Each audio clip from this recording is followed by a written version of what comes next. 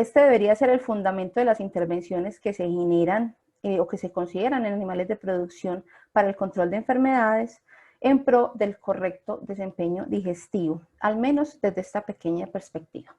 Entonces, comenzando con una especie de... Voy a apagar mi cámara para que tengan un mejor desempeño aquí de la presentación.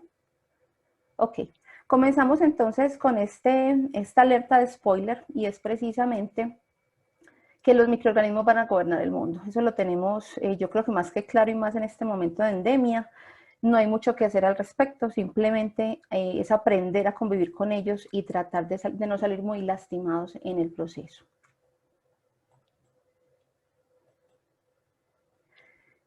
Entonces, bueno, para comenzar, les presento el ambiente donde estaremos por la próxima hora. Pónganse cómodos. Vamos a comenzar entonces con esta charla. Les presento el intestino. Esto hay que conocerlo, hay que distinguir sus partes porque finalmente son las que definen también su funcionalidad. Entonces, para entender la conformación de este espacio, permítanme aquí acceder al láser. Entonces, esa capa más interna es la que denominamos la mucosa intestinal, que es epitelial, está sostenida por esta pequeña línea oscura que se ve acá, que es la lámina propia, que es simplemente tejido de sostén, lo que la comunica con la submucosa. En la submucosa vamos a encontrar tejido sanguíneo, tejido nervioso y tejido linfático. Y aprovecho que menciono que se tiene en este componente el componente nervioso, y es porque aquí encontramos el plexo de Auerbach o plexo mesentérico, que es el encargado en todo el tubo digestivo de coordinar la actividad de las capas musculares de este órgano.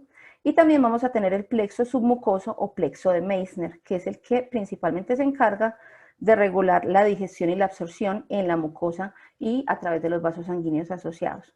No pretendo que se graben los nombres, serían este componente, simplemente que se entienda que el gobierno nervioso del sistema gastrointestinal no depende del cerebro, es decir, tiene un sistema nervioso autónomo propio, que es el sistema nervioso autónomo entérico, y él mismo toma decisiones a partir de los fenómenos que logra percibir del medio, y su medio es fundamentalmente la mucosa. Entonces, ¿cuáles son las funciones de este sistema nervioso entérico? Pues obviamente regulación desde esófago, a través de estómago, funciones colorectales. Y esto obviamente implica absorción y digestión de los nutrientes y mantenimiento de las mucosas absortivas o protectoras. Es por esto, finalmente, que cuando nos vemos sometidos a una situación estresante, vamos a experimentar sensaciones ilógicas para el momento del sistema gastrointestinal. Yo sé que me entienden perfectamente a qué me refiero. Entonces, si hacemos un corte histológico, esto sería lo que se vería en el tubo digestivo. A nivel intestinal, acá encontramos el lumen, la mucosa asociada con las proyecciones que finalmente son las vellosidades intestinales, la lámina propia y la submucosa que la sostiene. Y aquí nos vamos entonces a la conformación, por las células especializadas. Vamos a tener dos células especializadas fundamentales que están señaladas con la flecha negra y con la flecha azul. La primera, que son las que corresponden a la flechita negra, son los enterocitos. Ya todos sabemos que estos son las células funcionales y estructurales del intestino, las que en mayor número se encuentran, y son las encargadas de realizar la absorción de los nutrientes, el transporte de agua, de electrolitos y la secreción de proteínas a la luz intestinal. Van a poseer en su extremo apical, es decir, en el extremo que tiene contacto con el lumen intestinal, van a presentar unas microvellosidades que lo que hacen es extender o ampliar el rango de absorción que tienen estas células. De esta misma manera conforman barrera biomecánica, una barrera bioquímica y una barrera inmunológica, esta última en simbiosis con nuestro tema de hoy, que es la microbiota comensal, que los va a limitar en ese borde apical, es decir, donde está la flechita se va a ubicar la microbiota intestinal. Pero ¿por qué menciono esto de la barrera inmunológica? Pues precisamente porque una de las funciones primordiales de los enterocitos, además de la función absortiva, es impedir el paso de antígenos microbianos, manteniendo el sistema inmunitario en homeostasis y facilitando entonces que se presente la tolerancia a los antígenos de alimentos y microbiota intestinal comensal. Más adelante vamos a tratar estos temas en profundidad. Esos enterocitos que van tapizando las vellosidades intestinales se derivan de estructuras en su base. Voy a activar nuevamente el puntero láser. A partir de este corte que estoy haciendo con el puntero hacia abajo, se definen las criptas intestinales o las criptas de Lieberkühn. Las funciones de estas criptas son, entre otras, pues allí se encuentran las células madre de las cuales se derivan estos enterocitos, entonces casi que son el origen de los mismos, porque los enterocitos como tal no sufren mitosis cuando están ubicados en la vellosidad, sino que se tienen que derivar de estas criptas para poder migrar al extremo donde se necesitan cuando mueren. ¿Cuándo muere un enterocito? Tiene una vida útil, más o menos de 3 a 7 días, dependiendo de la especie de la que estemos hablando. Se exfolia, es decir, se desprende de su base, de sus vecinos y se queda en el lumen intestinal. Otras causas de pérdida de estos enterocitos, pues es obviamente las agresiones. Tenemos el segundo grupo que corresponde a esta flechita azul, que son estas células acinares, son glándulas unicelulares. Y estas son las denominadas células caliciformes o células Glovet. No solo se encuentran en el intestino, también se encuentran en el sistema respiratorio con la misma función, que es producción de mucina, es decir, de moco. Ese moco es secretado a la luz del túbulo mediante exocitosis y es el agua que se encuentra a este nivel del lumen intestinal el que capacita ese moco. Si ese moco se extendiera a través del epitelio intestinal en su borde apical sin ninguna capacitación con agua, comprendería una barrera para la absorción de nutrientes, por eso es importante que se capacite y que se emulsifique para que gane grosor y capacidad. Es un dato importante también y bien curioso que estas células acinares tipo Glovet se hacen más numerosas a medida que se va avanzando en el túbulo gastrointestinal, es decir, a medida que el quilo, que es el alimento ingerido y que se va procesando a través del intestino, va avanzando, va perdiendo humedad obviamente y necesita una mejor lubricación para que el tránsito intestinal se presente convenientemente, y esa sería la explicación para la distribución diferencial que tienen estas células a través del intestino. Adicionalmente vamos a tener otros tipos celulares que no están pues francamente expresados en este corte histológico. Son las células de Panet, las células enteroendocrinas y las células M, que son mis favoritas. Las células de Panet se encuentran principalmente en el intestino delgado, asociadas a las criptas intestinales. Normalmente están ubicadas en la base de estas criptas. ¿Por qué es importante que se ubiquen allí? Pues ya hablamos que en esas criptas se ubican las células madre intestinales necesarias para la recuperación del epitelio intestinal. Y es que estas células de Panet contienen unos gránulos en su citoplasma que tienen propiedades antimicrobiales. Y esto ayuda en el mantenimiento de la barrera gastrointestinal. Por su parte, las células enteroendocrinas, como su nombre lo indica, son productoras de hormonas o péptidos gastrointestinales. Recuerden que como este sistema tiene un cerebro propio, estas enteroendocrinas o estos péptidos de comunicación únicamente funcionarán a nivel del sistema gastrointestinal, incluyendo páncreas. ¿Qué se incluye acá? La gastrina, somatostatina, seguramente las han escuchado en algún otro ambiente, péptido inhibidor vasoactivo, sustancia P, la enterocolina, secretinas, motilinas, etc. Y como les comentaba, mi tipo celular favorito, que son las células M, se denominan M por microfold, que son microplegadas, hacen parte del tejido linfoide que está asociado al intestino. En inglés se denomina GALT, ahorita lo vamos a ver en profundidad. Estas células M se sabe que son presentadoras de antígeno, entonces son las encargadas, entre otras estructuras, porque no es únicamente tarea de estas células M, tomar antígenos que están viajando en el lumen intestinal y presentarlos al sistema inmune asociado a la submucosa del intestino para poder procesar esos antígenos. Este tipo celular está sobreexpresado en animales recién nacidos precisamente porque están capacitando inmunidad, ¿cierto? Incluso los antígenos y anticuerpos secretados en leche, en el caso de los mamíferos, van a ser traslocados a la submucosa para capacitación inmune a través de este tipo de células. Importante también aquí señalar que estas células M carecen de borde en cepillo, es decir, no tienen capacidad absortiva, pero además de esta tarea de presentar antígenos, pues es muy importante que entre ellas y las células vecinas, que son fundamentalmente enterocitos, haya uniones celulares muy fuertes para que ningún antígeno, se aproveche de esas uniones celulares débiles y pueda ingresar. Entonces, aprovechando que estamos hablando de células M, no podemos olvidar ese tejido linfoide tan importante en un tejido intestinal. Y es que ¿de dónde viene la importancia del tejido intestinal? Yo creo que de alguna manera lo hemos subvalorado como barrera, como medio de comunicación con el medio externo. Creemos que porque es un sistema interno no tiene comunicación y no tiene capacitancia para responder. Pero muchas publicaciones científicas ya hablan de que hay una comunicación más efectiva con el exterior a través del intestino que con la misma piel.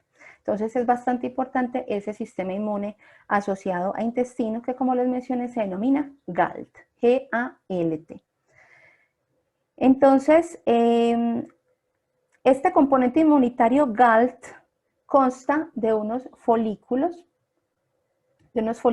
linfoides que pueden estar aislados o pueden estar asociados, como es el caso de las placas de Peyer. Esas placas de Peyer obviamente van a depender su presentación de la edad del animal y del tipo de animal que estemos hablando. Entonces esos folículos linfoides aislados, como sería este caso, o asociados en las placas de Peyer, se van a encontrar normalmente en la lámina propia del intestino. El epitelio de esos folículos agregados, es decir, el que se encuentra acá que estoy iluminando con el puntero, se encuentran asociados a células M. Las células M en este tipo de dibujo son estas moraditas. Entonces aquí se va a formar una especie de cúpula que es la que comunica la placa de Peyer con la célula M con la que se asocia y es la que recibe la señal antigénica. Bueno, debajo de esta cúpula se van a encontrar unos centros germinales, que es estos que se denominan aquí GC por su nombre en inglés, que son como unas especies de salacunas para las células T y para células dendríticas. Esos folículos agregados son sitios inductivos, es decir, las células T y las células B, tipo linfocitos obviamente, los voy a denominar ingenuas, pero es como la literatura los reporta, pero es porque no saben nada, están virgencitas, están nuevecitas, se activan con ese antígeno que capta la célula M y luego migran al linfonodo mesentérico, que es el que ven acá, ¿a través de qué? De los vasos linfáticos. Mientras que las células B maduras van a estar en estos aislados o en estos efectores que son linfocitos totalmente aislados. Ni siquiera son agregados, sino que son linfocitos totalmente aislados, cuya función primordial es la función efectora. Entonces, la placa de Peyer recibe la señal y el resto de las estructuras linfoides diferentes a la placa de Peyer que hacen parte de este sistema GALT van a producir inmunoglobulina A. Y esa inmunoglobulina A, pues ustedes saben que es un anticuerpo que se transporta efectivamente al lumen intestinal. Hay unas células dendríticas asociadas a la lámina propia que también forman parte de este sistema y lo que hacen es tomar muestras de los antígenos y los presentan directamente a las placas de Peyer o a los agregados. Aquí las tenemos en amarillo, células dendríticas de origen mieloide o linfoide, igualmente más adelante las vamos a volver a ver. Entonces yo creo pues que explicarle la importancia del sistema GALT pues es casi que obvio y sobre explicarlo, pues es finalmente el que permite la maduración del sistema inmune a partir de la comunicación con el medio externo en el intestino. Esta parte es muy importante. Acá en la gráfica ven la placa de Peyer, por ejemplo, el agregado linfoide. Es muy importante en esta parte hacer claridad en el hecho de que esa inmunidad adaptativa, o sea, en respuesta al desafío, está mediada por células tipo anticuerpos y células T. Este sistema es propio de los vertebrados. Mientras que todos los vertebrados presentan GALT, aves, cerdos, equinos, bovinos y el humano, entre muchas otras especies, y la mayoría de estas especies animales tienen alguna versión de vasotimo, obviamente variando, no todos los vertebrados muestran médula ósea, linfonodos o centros germinales. Eso puede variar mucho. Entonces, ¿qué significa esto? Que no todos los vertebrados pueden generar linfocitos en médula ósea, en caso de que carezcan de médula ósea. Esta distribución distinta de los órganos adaptativos en esos diferentes grupos de vertebrados va a sugerir que GALT podría ser la primera forma de sistema inmune adaptativo en vertebrados. Además, se ha sugerido que a partir de este GALT que ya existe y dada la presión por esos microorganismos que están en el lumen intestinal y su relacionamiento con las comensales, se presenta una coevolución en los vertebrados. Y entonces, realmente las especializaciones más tardías, después de que se dio el GALT, serían el timo, el vaso o los linfonodos para poder terminar de capacitar el sistema inmune adaptativo. Y precisamente de esta interacción que menciono con el medio externo se va a definir una masa que es biológicamente activa y que está asociada al tejido intestinal de los vertebrados. Les presento a mí esta fotografía, me fascina, pues esta imagen expresa absolutamente todo lo que queremos decir entonces del microbioma. Llámenlo microbioma o microbiota, cualquiera de los dos es totalmente correcto. Se va a definir como un consorcio, porque realmente es eso, conformado por bacterias, por arqueas, hongos, protozoos y virus que habitan en el intestino de forma comensal o simbiótica, es decir, no son enemigos, son amigos. Muchos estudios han adelantado y en esta búsqueda de información para esta charla me di cuenta, los últimos 20 años han sido bastante activos en publicación científica con respecto a este tema, pero los últimos 10 años, digamos que se han llevado más del 80% de esas publicaciones. Y es que se sabe que el microbioma participa en una variedad de procesos fisiológicos vitales para la salud del huésped. Casi que nosotros estamos alimentando el microbioma para que nos sostenga a nosotros. Que incluye homeostasis energética, metabolismo, la misma salud del epitelio intestinal, actividad inmunológica y, muéranse de la risa, desarrollo neuroconductual. Hay muchos estudios en humanos, cosa que me llamó mucho la atención en este respecto, en las que a partir de una disbiosis intestinal, es decir, una alteración del microbioma intestinal en el que las patógenas toman control o las comensales disminuyen en número, se establecen unas relaciones de señalización neuroendocrina a partir de ese microbioma y se pueden relacionar con enfermedades en humanos como el autismo, la ansiedad, la obesidad, esquizofrenia, que son bastantes, alcoholismo, síndrome de fatiga crónica, fibromialgia, síndrome de piernas inquietas, Parkinson y Alzheimer. Simplemente para que lo sepan, efectivamente somos lo que comemos, pero ni siquiera es eso, sino somos lo que le damos a nuestro microbioma. Entonces, para entrar ya en esta historia, ¿cierto?, de amores y odios, pues hay que tener unos puntos claves presentes. El primero, tener muy claro que el intestino y su microbiota comensal han establecido un proceso homeostático de no respuesta, que previene finalmente la inflamación intestinal y todos los efectos deleterios que pueda tener la misma. Segundo, este proceso de tolerancia microbiana es un enigma que apenas se está empezando a descifrar precisamente por la respuesta en publicaciones que les estaba comentando. Además de entender este concepto de tolerancia microbiana, hay un término que resalta en la literatura científica, que es la diafonía molecular. Diafonía de la ciencia de la comunicación es como cuando uno está en una llamada y otra llamada entra y está como en el trasfondo, pero no hay ningún tipo de control sobre esa llamada, sí, una llamada que me entró, pero simplemente un trastorno de la comunicación. Entonces, en este concepto de diafonía molecular, se sostiene activamente esa tolerancia inmune innata y adaptativa entre las bacterias y tejidos del huésped, es decir, se comunican efectivamente, pero con ciertas interferencias para conservar esa tolerancia. ¿Eso que incluye? Esa diafonía que incluye que los comensales no tienen factores patógenos, es decir, no tienen cómo hacer daño. Y eso va a dificultar su acceso, obviamente, a las células del intestino. Porque finalmente no se trata de que no quieran ganar acceso como comensales, sino que se han adaptado a las circunstancias y están tranquilos con lo que hay. Tercer punto es que la tolerancia a las bacterias es consecuencia de una serie compleja de factores que producen un cierto grado de ceguera del epitelio intestinal a los patrones moleculares asociados a patógenos. Es decir, el sistema inmune y el mismo epitelio intestinal se hacen los locos. Y como cuarto punto es que este delicado equilibrio, porque es bastante frágil, se ve interrumpido por microorganismos invasores que van a provocar una fuerte respuesta inmune innata. Obviamente eso va a desencadenar en una reacción inflamatoria que va a conducir inevitablemente a ruptura y destrucción de la barrera intestinal. La buena noticia es que el epitelio intestinal es uno de los tejidos con mayor capacidad de recuperación. Entonces, pues el daño tiene que ser muy grande y sostenido como para que genere una alteración importante. Entonces, a partir de estos puntos clave podemos decir que hay una larga evolución conjunta de las bacterias comensales y patógenas, porque las patógenas tienen que estar para poder capacitar el sistema inmune, y finalmente han perfilado o modelado los perfiles de las comensales. Hay una presión selectiva recíproca entre ellas que realmente nos va a proporcionar herramientas y conceptos esenciales para descifrar estos mecanismos tan complejos que mantienen este frágil equilibrio intestinal. Entonces, ahora sí entrando en materia, si vis pacem para bellum, si deseas la paz, prepárate para la guerra, y es finalmente lo que se vive a diario en el sistema intestinal.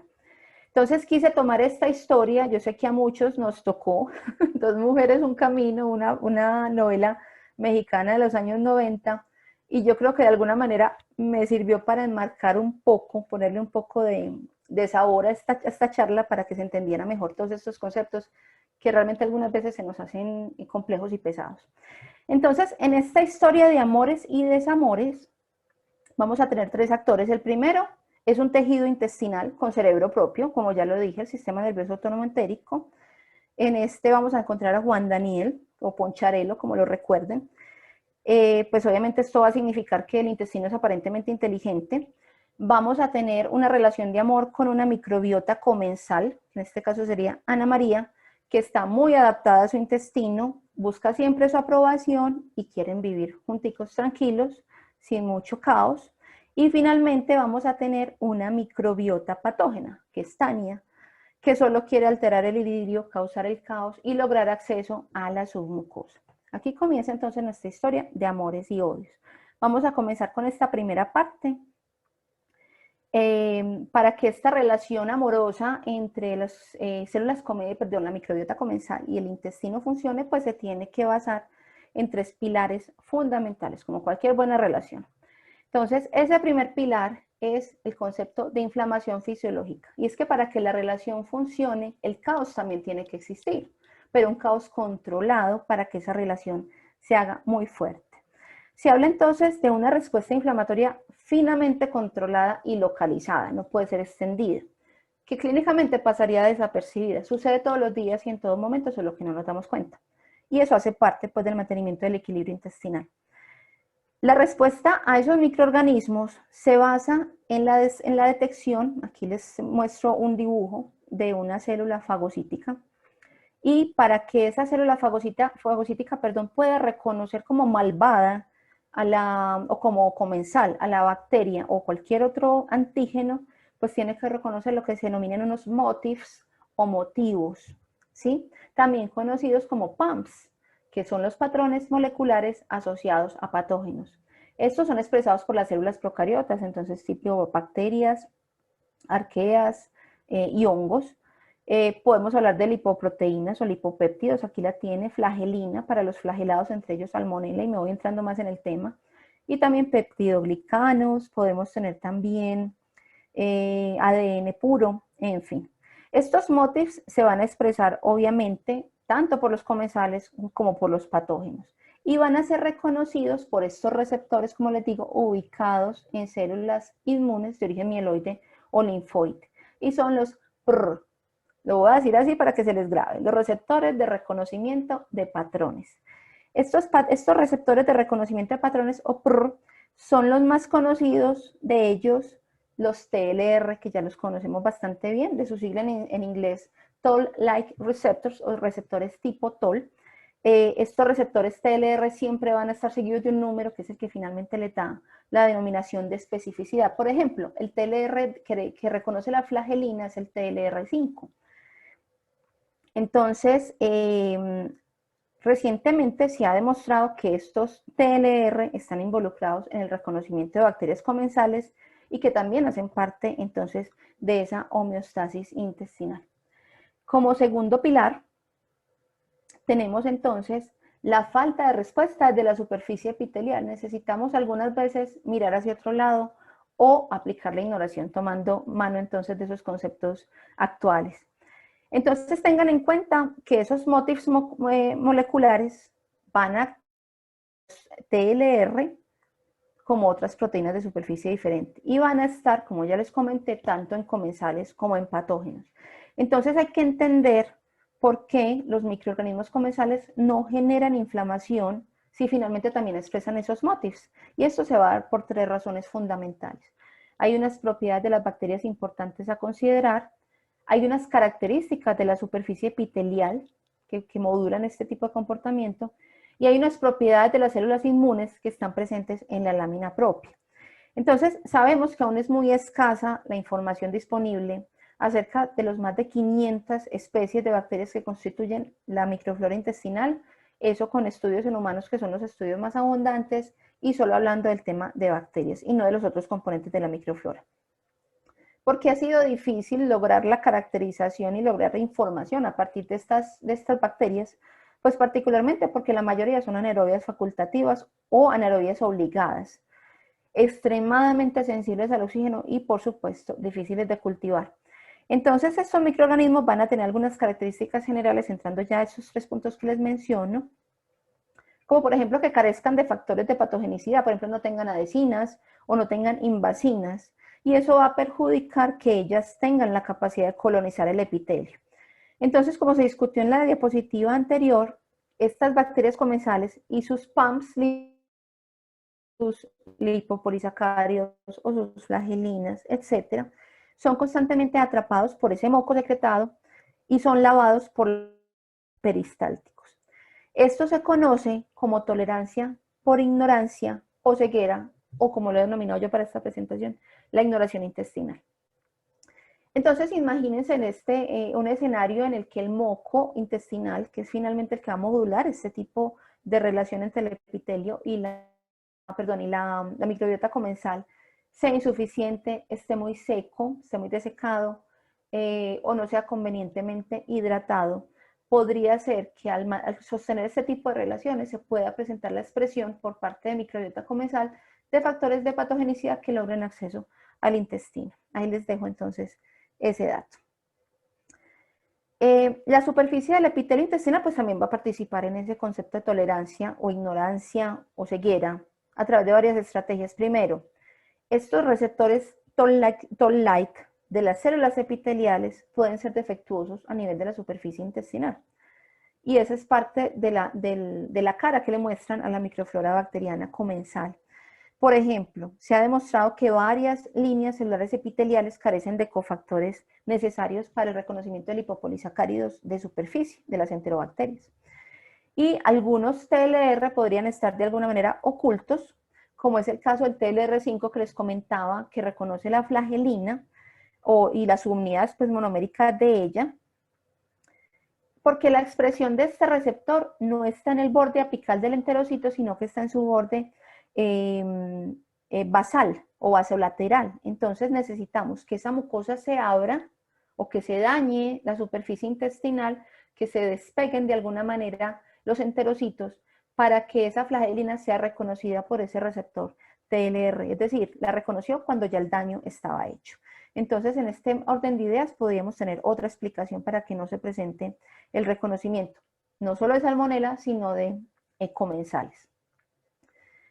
En cuanto a las células inmunes, que es el tercer punto que se menciona ahí, pues vamos a tratarlo en la siguiente diapositiva, y es en el tercer pilar. Ese tercer pilar tiene que ver con la tolerancia inmune adaptativa, y es que finalmente si queremos que una relación dure, hay que aceptar al otro con lo bueno y con lo malo. En este sentido, es importante entender que la lámina propia intestinal orienta esa respuesta inmune adaptativa hacia la tolerancia también, y que la mayoría de esos antígenos microbianos y alimentarios, porque también hay antígenos desde el alimento, no provocan una respuesta inmune.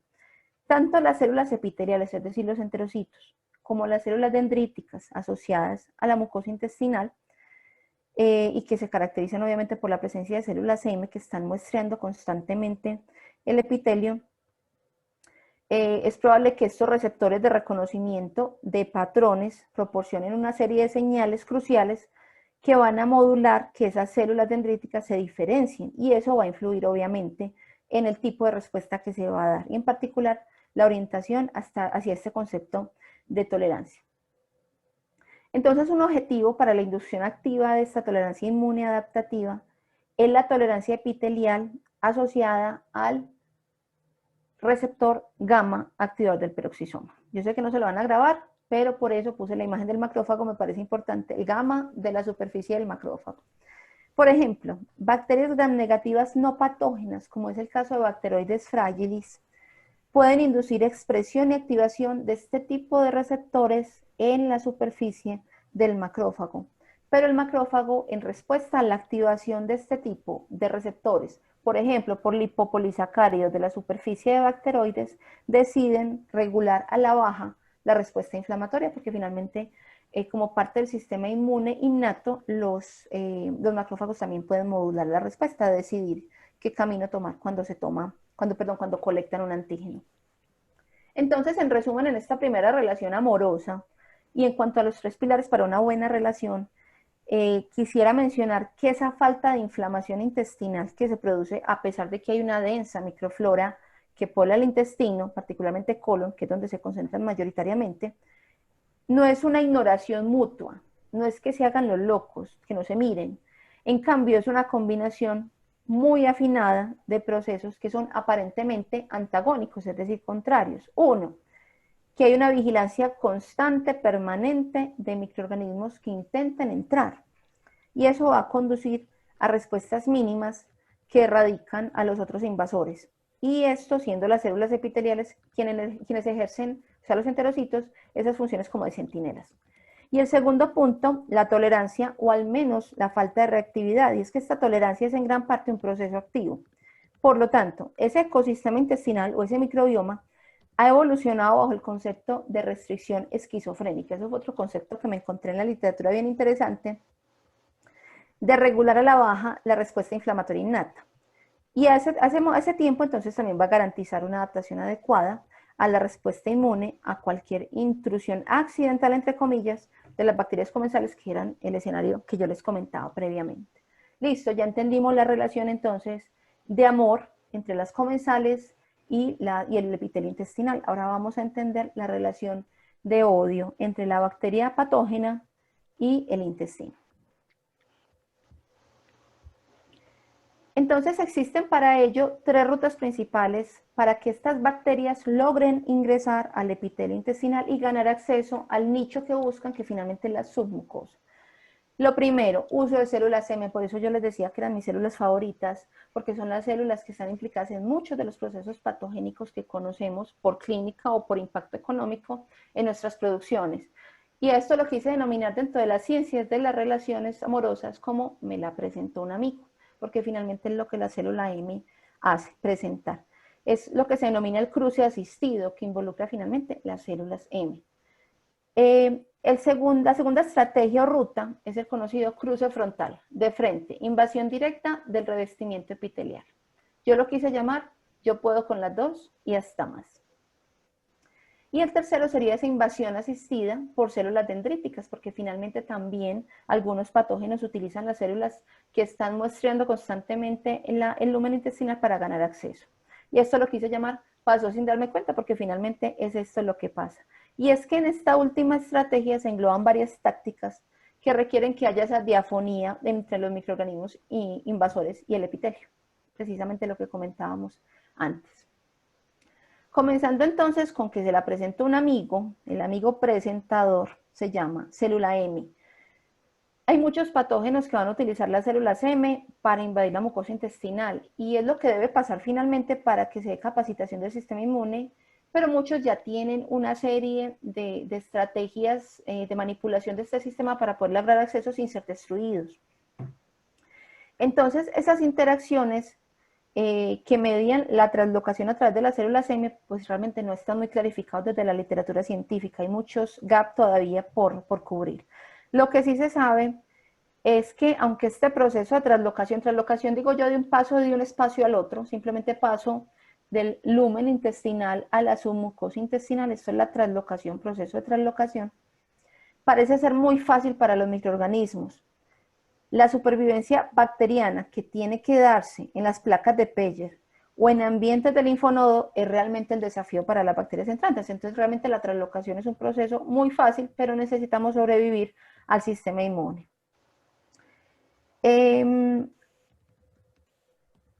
Esta estrategia que están viendo es utilizada, y en este caso utilizo el ejemplo de Yersinia, que es una bacteria, una enterobacteria, y les voy a mostrar entonces cómo son los pasos que ella sigue para la translocación y para el desarrollo del proceso infeccioso que conduce a lo que vamos a ver en campo, que es la linfadenitis mesentérica. Ese va a ser el hallazgo.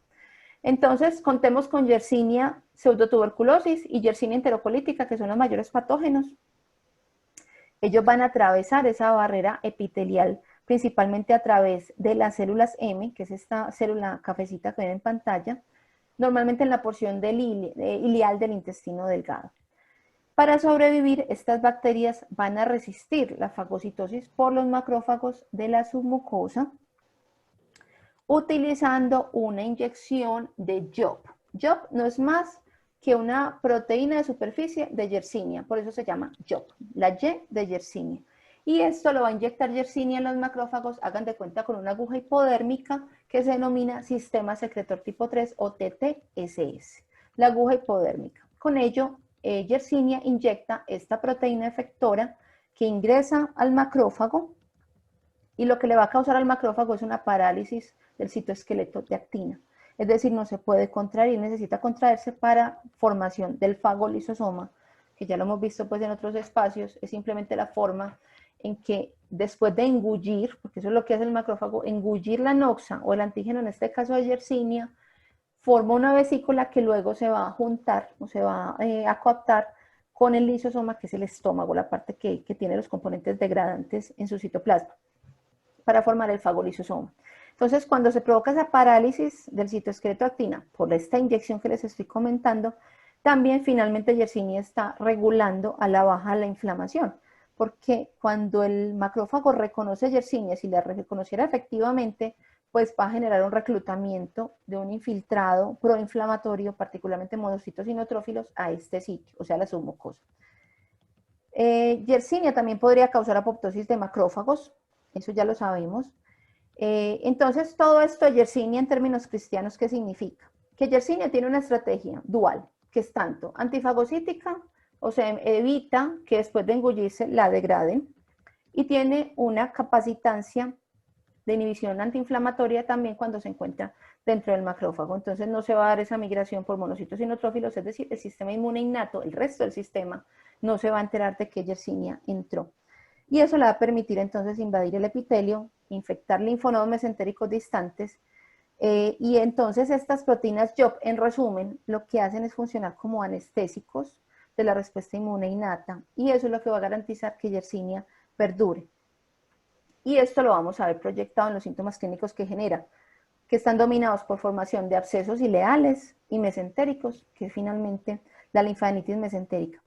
Cuando yo me refiero a las yersinias enteropatógenas de las aves, se conocen pseudotuberculosis y enterocolítica, no hacen parte de la flora comensal, y a diferencia del cerdo, en las que sí hacen parte de la flora, pero no porque sean comensales, sino porque son apatógenas, es decir, en las aves no hacen parte, hacen parte de la flora patógena. En cambio, en los cerdos hacen parte de la flora comensal, pero como mecanismos apatógenos. No es que se considere flora comensal.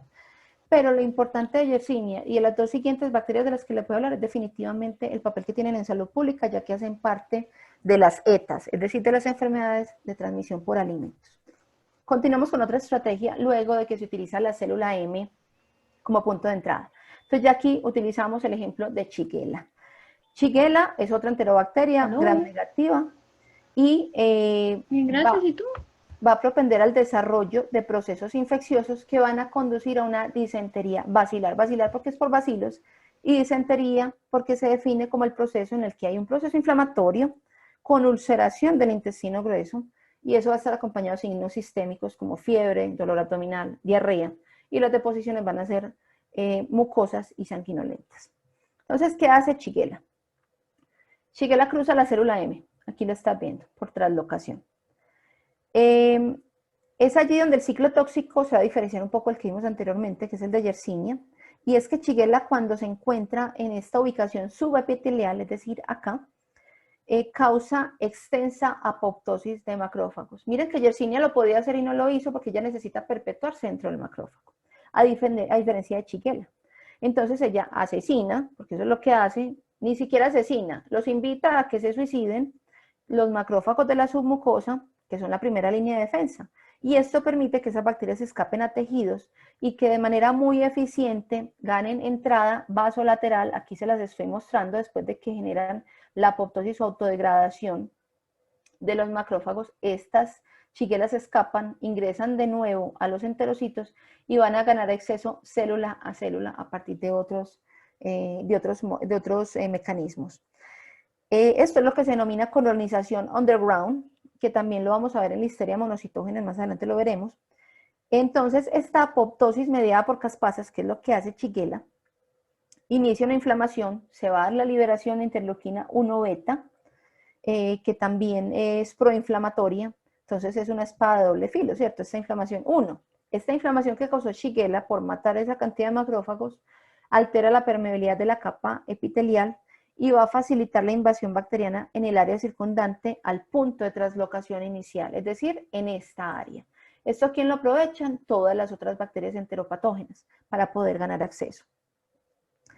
Y este mecanismo inflamatorio se va a amplificar considerablemente porque hay unas bacterias intracelulares, que son las que se encuentran dentro de los enterocitos, las shigellas que están ganando acceso a las células epiteliales.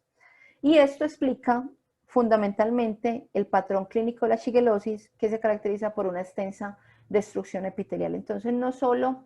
Entonces, mire que gana acceso a través de la célula M, pero no destruye la célula M, destruye el sistema inmune de primera línea de defensa, abre la puerta para otras bacterias y además daña los enterocitos de esta zona de penetración. ¿Cuáles son las shigellas enteropatógenas de los cerdos? La dysentery, siendo realmente la única que se reporta por la literatura. En las aves, las especies Shigella flexneri y Shigella bongori sí son comensales, pero son apatógenas. Entonces vuelve y juega. Puede ser que no afecten directamente a las especies animales, pero tienen compromisos en salud pública. Es decir, afectan al ser humano. Y en esta figura ya me involucro un poco más con nuestro protagonista de hoy, que es Salmonella. Salmonella utiliza varios mecanismos. Este es uno de 3 mecanismos que utiliza para ganar acceso, por eso es tan gustadora la chacha. Y es que ella cruza la barrera intestinal, sobrevive a los tejidos intestinales y se disemina sistémicamente, no en todos los casos, pero sí en... Es que Salmonella va a establecer un patrón de interacción que implica una combinación de estrategias tanto extra como que también se basan en la expresión de esta aguja hipodérmica o los TTSS, que no son los sistemas secretores tipo 3. La célula M por translocación, presentación, la célula M simplemente está haciendo su trabajo, coge la salmonela, la interioriza, eso normalmente sucede en la zona ileal del intestino, del colon también se puede presentar. Ya cuando salmonela se encuentra en esta parte subepitelial, causa apoptosis de macrófagos de SOP, muy fácil, ¿cierto? Proteínas de membrana de salmonela, no como la yersinia, que era JOP, este es SOP, endocáfago, y podrían causar entonces esa apoptosis de macrófagos, pero lo que ella decide realmente generar inflamación en este punto sería antiestratégico para salmonela. Lo que ella hace es totalmente diferente. Lo que hace es aceptar citosis por parte del macrófago que se encuentra ahí asociado a la submucosa y es allí donde activa ese sistema de SOP inyectado con esta aguja hipodérmica. Y estas células estas proteínas efectoras lo que hacen es convertir ese apartamento pobre, que es ese macrófago, en bonitos y muebles cómodos para que Salmonella pueda perpetuarse y pueda reproducirse. Y ese compartimento que ya antojo, porque lo va a diseñar y lo va a acomodar a su antojo, es lo que se denominan las vacuolas que contienen salmonela, que son estas bolsitas con salmonela. Los mecanismos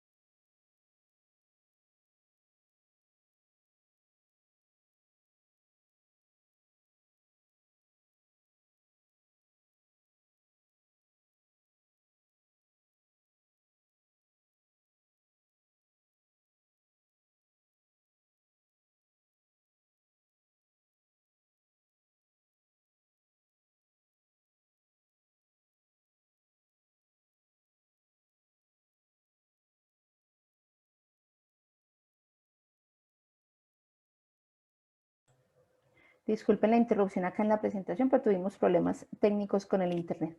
Entonces, bueno, volviendo a esa vacuola que contiene salmonela, que como se la señalaba, aquí se encuentra, que es parte del efecto que tiene ese SOP sobre ese macrófago que remodeló, es que atrae otras membranas vacuolares. Y eso finalmente va a dificultar cada vez más, por eso ven estas flechitas con las otras vesículas, porque van a fortalecer esa membrana que la protege y eso hace cada vez más difícil que se fusione con el lisosoma y se degrade efectivamente, que es lo que se espera que pase dentro de un macrófago.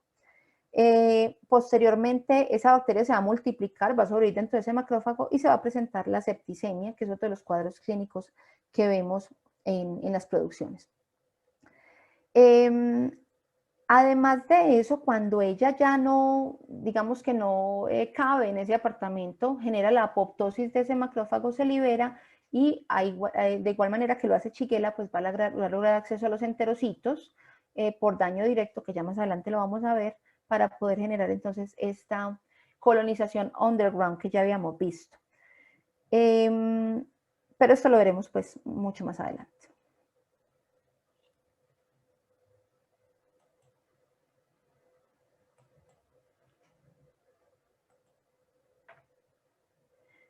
Entonces tenemos como último mecanismo, perdón, como segundo mecanismo para infiltrar a Poncharelo en este caso, las bacterias enteroinvasivas también pueden atravesar directamente las vellosidades del intestino delgado o del epitelio superficial del colon, es decir, células no fagocíticas, porque recuerden pues que los enterocitos tienen propiedades absortivas, pero no tienen propiedades fagocíticas. Entonces aquí les planteo el ejemplo de Listeria monocitógena. Listeria es una bacteria gram positiva. Esta bacteria tiene unas proteínas de superficie denominadas internalinas, que pueden ser de tipo A o B, que aquí las están viendo en la figura. Permítanme colocar el puntero láser, aquí las están viendo. Estas proteínas de superficie de Listeria generan un mecanismo de anclaje con las proteínas caderina E. Si ustedes recuerdan las caderinas desde la universidad, para los que vieron fisiología del sistema intestinal, pues son las que conforman también estas uniones estrechas entre los enterocitos. Pero miren que finalmente le dieron acceso entonces a Listeria en el borde apical del enterocito. Después de que se presenta esa invasión celular, Listeria va a escapar de esta vacuola que la está conteniendo a partir de una proteína que ella misma secreta, que es la listeriolizina o yo, ¿cierto? Ese yo lo va a ayudar a degradar esa vacuola y lo que va a hacer esa Listeria una vez libre, pues es simplemente traslocarse a otros enterocitos vecinos. Digamos que se pueden activar vías proinflamatorias, pero el grado de inflamación que se ve por Listeria no alcanza a ser tan grande como el que generan Shigella o Salmonella. Pero lo que sí logra hacer Listeria es una sobreexpresión de mucina, pero asombrosa. No se sabe el mecanismo, no se sabe si es por irritación, no hay unos mediadores proteicos implicados, pero hay producción de muchísimo moco intestinal y todo lo negativo que se puede derivar de eso, porque si hay mucho moco, la absorción de nutrientes se compromete, el tipo de comunicación efectiva protectora de comunicación entre los comensales y la mucosa se va a interrumpir y así vamos a tener una diafonía. Y eso podría comprometer entonces la respuesta a otros enteropatógenos.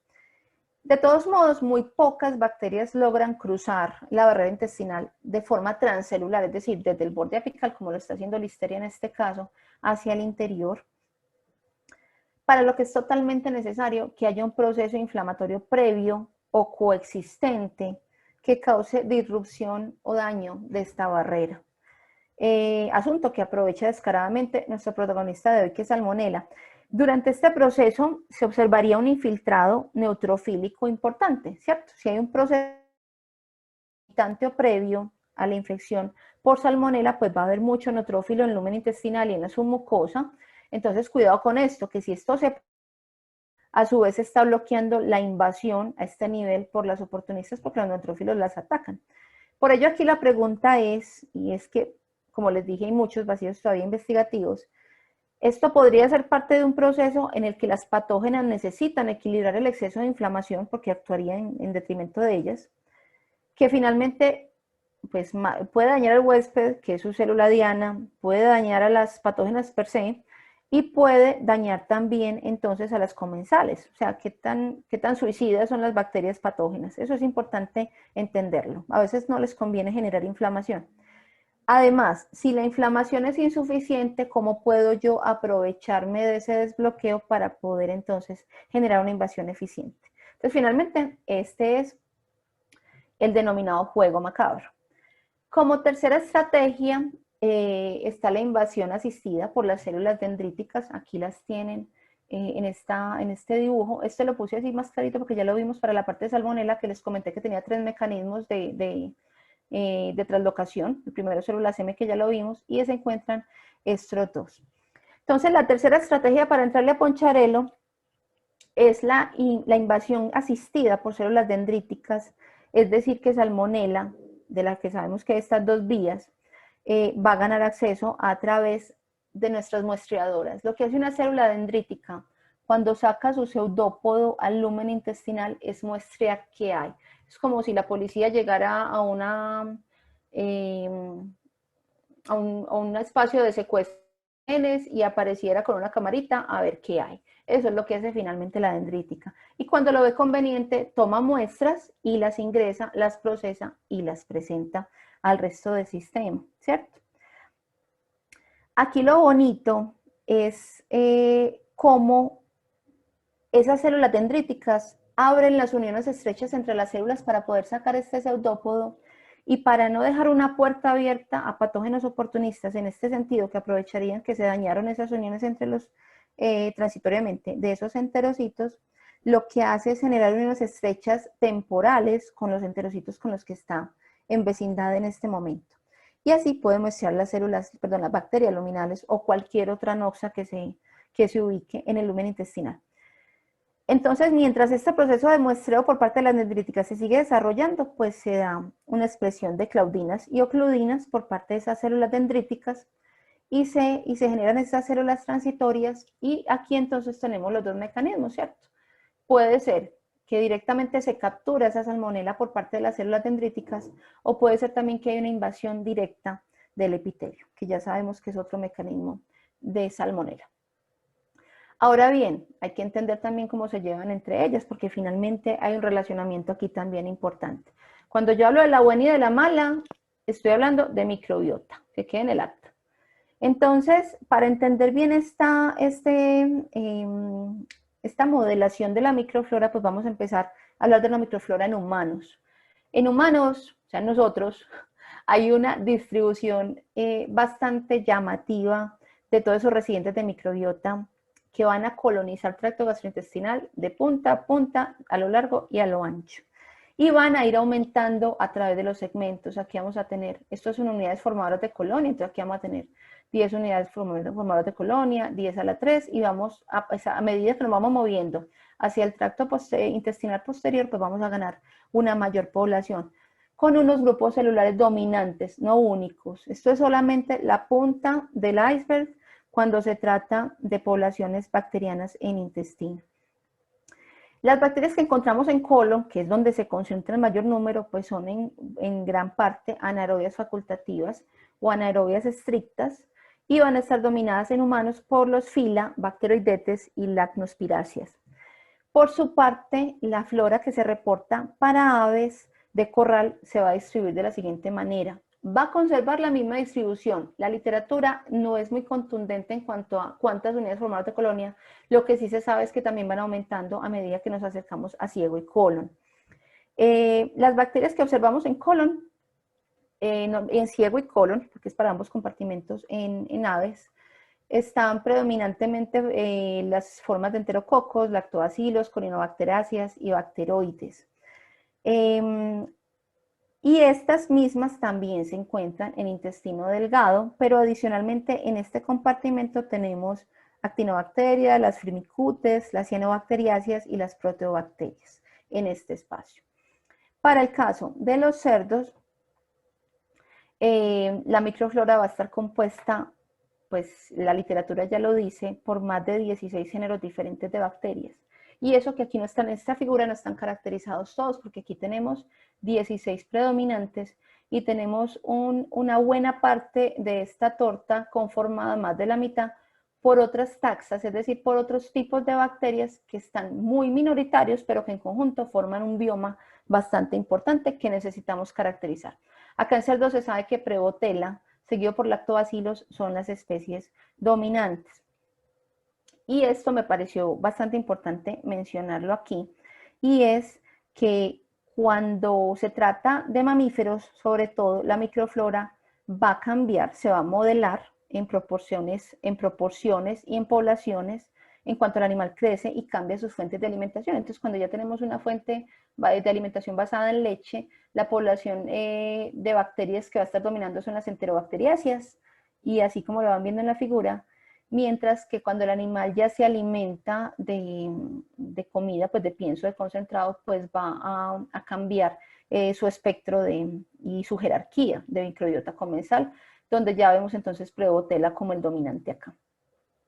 Y lo bonito acá también es que a medida que los animales van envejeciendo en el ciclo o avanzando en el ciclo, la diversidad, la variabilidad entre los individuos va a disminuir, entonces es más fácil hacer arreglos nutricionales en los animales y esperar respuestas conservadas. Pero también se va a definir muy exponencialmente esa diversidad alfa de la microbiota como tal. Entonces, aquí me parece importante comentarles qué gana el hospedador a partir de esa flora, ¿sí? ¿Qué es realmente lo que ganamos nosotros como portadores de esa microflora intestinal? Lo que voy a mencionar es para el caso de humanos. Es una enorme comunidad de bacterias residentes. Los genomas colectivamente que codifican el microbioma intestinal contienen más de 100 veces de genes, más de 100 veces en genes que el mismo genoma humano. Ese microbioma va a codificar vías bioquímicas que no están presentes en humanos y van a descomponer, por ejemplo, polisacáridos complejos y proteínas no digeribles. Y eso finalmente va a liberar metabolitos esenciales, entre los cuales se encuentran aminoácidos, vitaminas K y vitamina B, ácidos grasos de cadena corta, que en ese momento, cuando la microbiota ya los pudo procesar, pues van a estar disponibles para el huésped. Esto podemos extrapolarlo a las otras especies animales. Además, esa microbiota, como ya lo hemos discutido, desempeña un papel clave en la promoción del desarrollo inmunológico del huésped y lo va a proteger contra patógenos, ¿cierto? Porque él finalmente desempeña la tarea de resistencia a la colonización. Entonces, bien, hablamos de las comensales, pero como no todo puede ser paz y amor y tranquilidad, pues hay una infinidad de bacterias patógenas, o por lo menos no benéficas, de las cuales definitivamente Salmonella es por poco el mayor patógeno intestinal en todas las especies animales de interés en este encuentro. Y en humanos también. Entonces el género Salmonella se va a dividir en dos especies, Salmonella pongori y Salmonella enterica. La especie Salmonella entérica se divide a su vez en 6 subespecies, y esas subespecies van a presentar diferentes tropismos por hospedador, y en esta columna interesante ver cuáles causan procesos diarreicos o zoonóticos, obviamente en humanos. Esas 6 subespecies de Salmonella entérica expresan todas diferentes antígenos de superficie, y eso hace que se reconozcan más de 2.500 serovariedades. Incluso hay salmonelas patógenas en plantas que hacen parte de Salmonella entérica, porque se empiezan a diferenciar en tropismo por hospedador. En esta tabla, como les comenté, hay ejemplos entonces de si Salmonella, por ejemplo, Cholera suis, que afecta a su hospedador predilecto como el cerdo, es zoonótica y causa un cuadro diarreico en humanos, simplemente a manera de información. Entonces, indiferente del tipo de huésped animal o humano, o de si genera o no el cuadro diarreico, la infección por salmonela se considera actualmente como un modelo de comunicación entre bacterias establecidas apicalmente y las células intestinales. A este respecto vamos a tener unas interacciones obvias entre salmonela y la microbiota intestinal, considerando que finalmente están ocupando el mismo nicho, están compitiendo por espacio, están compitiendo por nutrientes, ¿cierto? Y el intestino es bastante cómodo, pues es un entorno rico, es hospitalario para la microbiota, pero esa microbiota comensal pues va a defender a capa y espada su territorio contra patógenos invasores. ¿Qué es lo más sorprendente? Que es el mismo sistema de defensa, células M, células dendríticas, las que dan entrada a salmonela, como ya lo vimos. Entonces casi que le abren la puerta a la mala. Entonces, finalmente, la microbiota comensal va a alimentar de manera inadvertida la batalla de los insectos, que así se denomina pues en la literatura, y va a promover que haya una floración transitoria del crecimiento de salmonela a expensas de esa microbiota y en detrimento del hospedador. ¿Qué es lo que estamos viendo en la figura? Que salmonela es capaz de causar entonces ese proceso inflamatorio y es capaz de invertir la pirámide de número y capacitancia intestinal en las que ella se convertiría entonces en la especie dominante. La microbiota intestinal va a exhibir pues obviamente un delicado equilibrio dentro de un huésped sano. Un enteropatógeno invasor, como es el caso de salmonela, altera ese equilibrio obviamente porque interactúa con esa microbiota huésped y residente. Y como ya lo vimos, salmonela produce unas proteínas efectoras de secreción como la SOP, que ya la vimos, que va a desencadenar la liberación de citoquinas, se va a presentar inflamación y eso va a generar una explosión de la población de salmonela, que lo reporta la literatura como la tifimurium, pero finalmente es transversal a todas las salmonelas. Esto como a expensas de la microbiota residente, como ya les dije, y se va a invertir entonces la pirámide de población bacteriana y se va a generar lo que denominamos disbiosis. Este término hay que tenerlo bien claro porque finalmente es lo que vamos a ver en campo. Entonces, bueno, acá les resumo las interacciones que tiene salmonela, tanto con el huésped como con otras bacterias, reportado desde la literatura. Salmonella utiliza muchas estrategias elegantes. Les digo elegante porque la muchacha se esmera. Tiene muchas formas de lograr perpetuación y competir con la microbiota intestinal y aprovecharse incluso de ella y facilitar su acceso a la mucosa intestinal. Entonces, lo primero que vemos aquí en azul, esa microbiota intestinal comensal produce sulfuro de hidrógeno normalmente y normalmente lo desintoxica a tiosulfato. Eso es un proceso fisiológico. Pero recuerden que en presencia de salmonela se va a dar un proceso inflamatorio y obviamente se va a presentar esa transmigración de neutrófilos a la luz intestinal y hay liberación de las especies reactivas de oxígeno ROS. Yo siempre he comparado estas especies reactivas de oxígeno como agua oxigenada, porque es finalmente eso lo que hacen, se sueltan de los neutrófilos y es como matemos a todos quemándolos y después vemos a ver quién quedó vivo para procesarlo. Eso finalmente lo que hace. Entonces, en presencia de ROS o de agua oxigenada, la inflamación, el tiosulfito se va a transformar en tetrationato y se va a transformar en etanolamina. Y estos dos pueden ser exclusivamente utilizados por salmonela como aceptores de electrones alternativos. ¿Qué significa eso en cristiano? Que ya salmonela puede utilizar fuentes diferentes de carbono o fuentes alternativas de carbono del huésped en su proceso de respiración anaerobia y obviamente aumenta su número. Esa es la primera estrategia. La segunda tiene que ver con la fermentación y a partir de ella, la fermentación pues, de las grasas y la producción a partir de esa fermentación de los ácidos grasos de cadena corta. Eso lo hace normalmente la microbiota. Esos perfiles que se van a generar, sean predominantemente propionato, butirato o acetato, pueden afectar de forma positiva o negativa los perfiles de salmonela, como lo estamos viendo acá. Si el perfil es predominantemente propionato o butirato, la invasión por salmonela disminuye, a diferencia de lo que pasa si el acetato es el predominante. Y bueno, esto es un dato de vital importancia, ¿cierto? Esto lo tenemos que tener presente porque es una de las intervenciones que vamos a proponer para este proceso.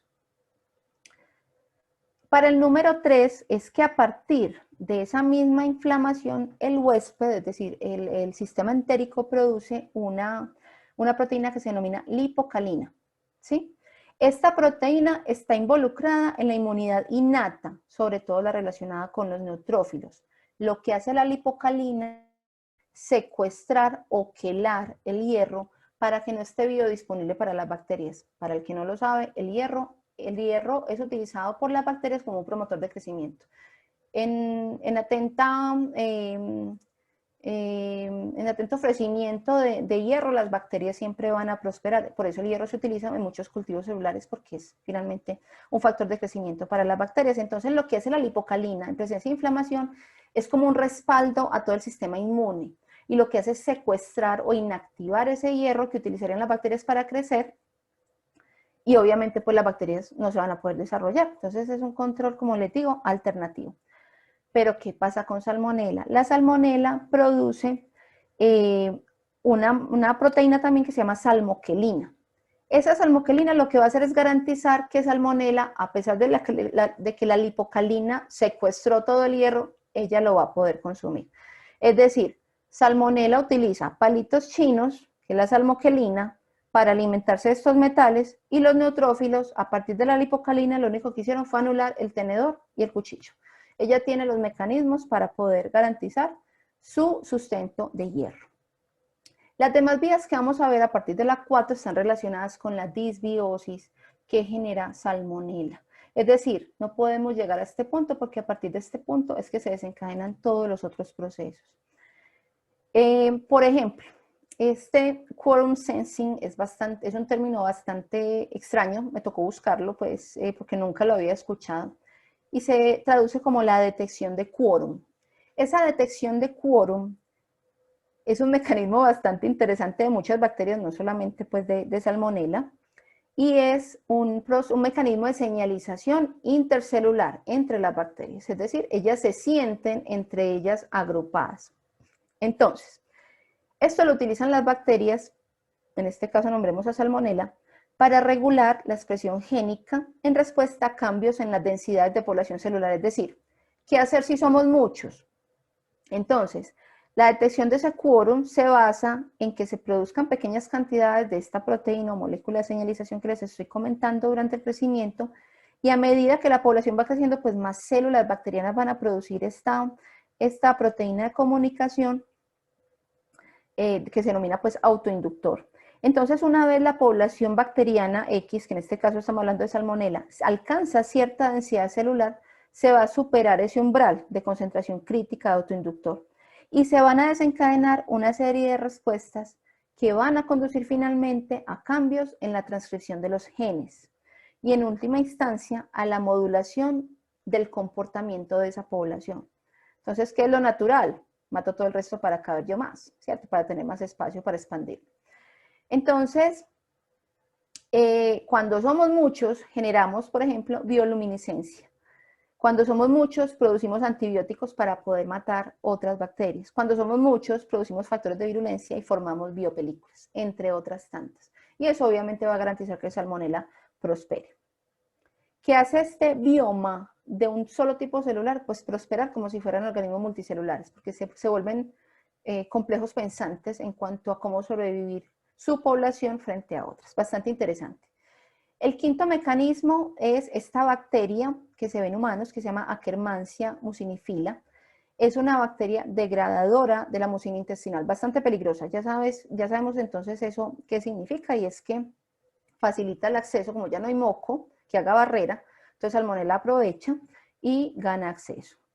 En los cerdos, yo creo que las personas que están en el público relacionadas con la producción porcina, pues ya esto es un cuento que se sabe, y es que la coinfección o preinfección con la Ausonia intracelularis aumenta la excreción de Salmonella. Eso ya está demostrado desde la literatura. Entonces resulta que cuando sea la infección exitosa, ojo, exitosa por la Ausonia intracelularis, se da una expresión de interleuquina 8 y factor de necrosis tumoral alfa, y esto lo que hace es garantizar el establecimiento de la infección por Salmonella typhimurium, además de que ellas ocupan el mismo nicho y no compiten. Entonces, aquí lo importante es, dado el daño que genera la Ausonia intracelular, es que hay una exfoliación completa y exposición de la submucosa intestinal, pues Salmonella aprovecha el proceso inflamatorio y que quitaron todas las barreras y gana acceso inmediatamente a los macrófagos para hacer todo lo que ya les comenté. Y por último, es importante aclarar que hay unos mecanismos de ocupación de espacio, de competencia metabólica y de sustancias antimicrobianas por parte de los comensales que afectan negativamente las poblaciones de Salmonella. Esto lo que nos demuestra es que Salmonella realmente no es malvada, simplemente es víctima de las circunstancias, ella simplemente quiere prosperar como todas las otras bacterias. Y entonces, ante semejante panorama, porque miren todos los mecanismos por los cuales Salmonella puede ganar acceso, ¿qué podemos hacer? Pues son muchas las estrategias. Yo considero que el público está capacitado para pensar en muchas otras. Les voy a presentar las que la literatura reporta, pero pueden haber muchísimas más. Entonces, centrémonos en alimentación. Aquí vamos a hacer una terapia de pareja basada en unos tips. Entonces, teniendo en consideración todo lo que hemos hablado, podemos empezar por el uso correcto de antibióticos. El control de salmonela ha sido históricamente tratado con antibióticos, ¿cierto? Tanto como preventivo, que es los conocidos promotores de crecimiento, como terapéutico. Pero como se ha venido presentando un reporte creciente de resistencia a antibióticos, pues hay que mirar alternativas de control diferentes. Aquí quiero ser muy clara, no se trata de no utilizar antibióticos porque los antibióticos siguen siendo necesarios, pero hay que utilizarlos responsable y racionalmente. ¿Cuáles son los antibióticos a los que Salmonella tiene susceptibilidad reportada? Cambiante según el serobar del que estemos hablando. Pues la ciprofloxacina siempre ha sido históricamente utilizada, neomicina, las sulfas solas o en combinación con trimetoprim, la colistina, las cefalosporinas de tercera generación. Las cefalosporinas de tercera generación pues son punta de lanza en este momento. Ceftiofur, cefotaxima, ceftriaxona, son las que recuerdo en este momento. No sé qué tan disponibles estén comercialmente para tratamiento. Ok, entonces esto es lo primero, para evitar las disbiosis postantibióticas, porque yo puedo generar disbiosis por uso de antibióticos. Lo segundo sería evitar altos contenidos de proteína en dieta y de polisacáridos no amiláceos, los NSPs. Y con esto vamos a controlar poblaciones colónicas de Clostridium perfringens. ¿Por qué? Porque finalmente todo lo que comprometa absorción de nutrientes a nivel intestinal, es decir, un exceso de proteína en ausencia de enzimas degradadoras o de una mucosa intestinal totalmente funcional y absortiva, pues esa proteína como macromolécula va a quedar libre y lo que va a pasar es que se entrega en bandeja de plata como sustrato para Clostridium. Si Clostridium tiene, porque podemos tener conteos de Clostridium comensales, más que comensales a patógenos en colon, pues si yo le entrego más comida, pues él come y se aumentan las poblaciones, finalmente ahí es donde se presentan las disbiosis por Clostridium y se va a presentar el cuadro clínico.